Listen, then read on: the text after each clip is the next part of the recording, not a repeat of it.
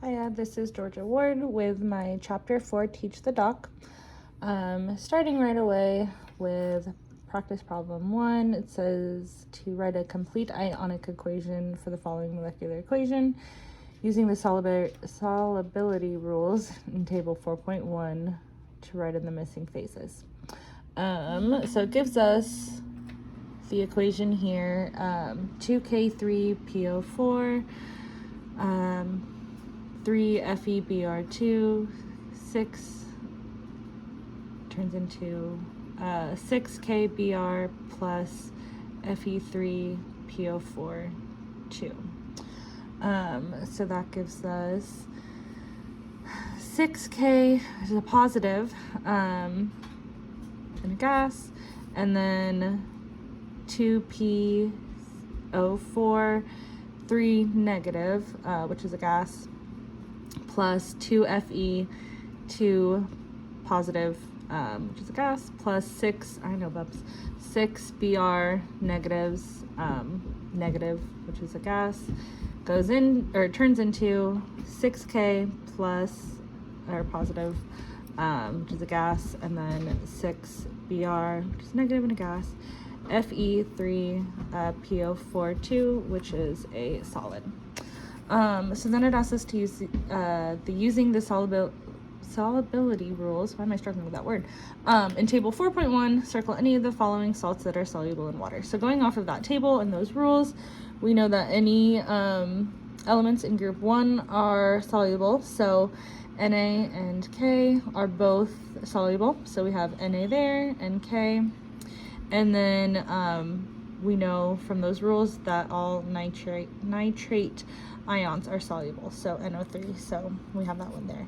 None of the rules pertain to those being soluble, so and then it goes, show how the cations and anions would swap in a double displacement reaction between AgNO3 and BaCl2.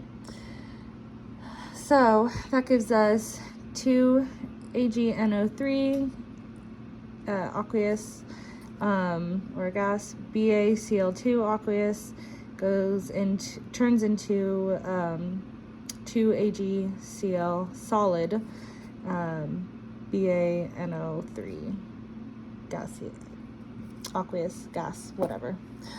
So they swap basically. So Ag is positive, NO is a negative, Ba positive, Cl negative. So then when they swap, the Ag goes, which is a positive, goes with the negative Cl, and then the Ba positive goes with the NO negative. So the opposites combine, they just swap.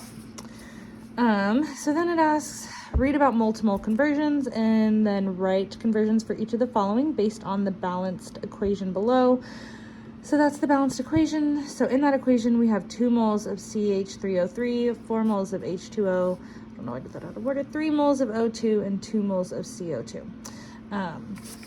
So then it goes on, using that same equation in mind, keeping that same equation in mind, I wrote it at the top just so I wouldn't have to keep going back and forth. We're given the question, using dimensional analysis, convert 3.56 moles of CH3OH to the number of moles O2 required. It gives us the answer, 5.34 moles of O2, so we just have to find that. So again, I wrote it back up top. So we have 2 moles of CH3O3 for every 3 moles of O2, so 2 moles for every 3 moles. So for every 1 mole of CH3O3, we would have 3/2 moles of O2, or 1.5, but 3/2. So then to find the total moles, so it would be 3.56 moles of CH3O3, which is what we're converting, times that 3/2 moles of O2, and so that would give us 5.34 moles. And then it asks to calculate the number of moles of water formed when 15 moles of O2 completely react. Again, it gives us the answer, so we just have to find that. Same concept, 3 moles of O2 react for every, and then, oh my goodness, 3 moles of O2 react to form 4 moles of H2O. So 1 mole of O2, same concept, would be 4 over 3 moles of H2O. So same thing, 4 over 3 times 15 equals 20 moles. Stop. And then it gives us the equation, it gives us the molar mass for each element. Excuse me.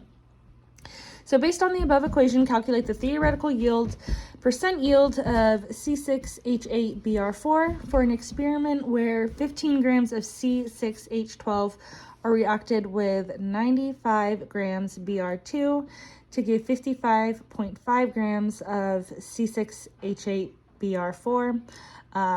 The molar masses, like I said, are given below each of the compounds. So I really struggled with this one, but this is what I got. So the theoretical would be the percent times the actual.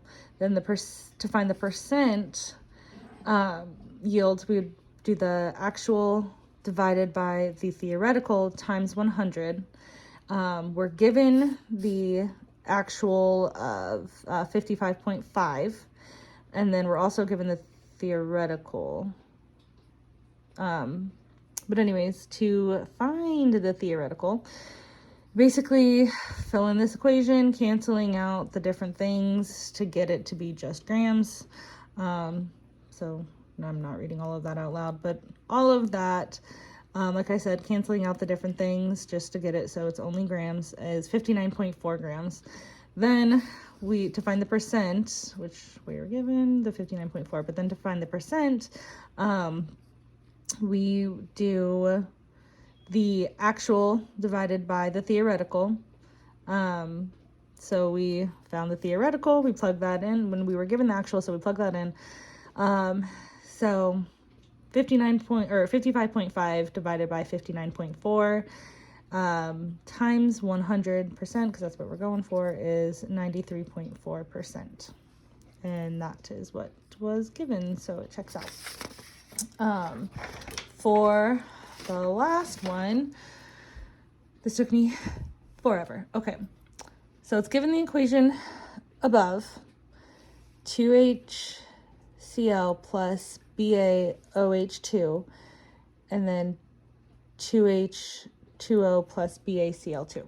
So based on the above equation, calculate the concentration in molar mass of 49.1 milliliters of solution of BaOH2 if 50 milliliters of 2.95 molar mass HCl is required to react completely. We're given the answer, we just have to get there. So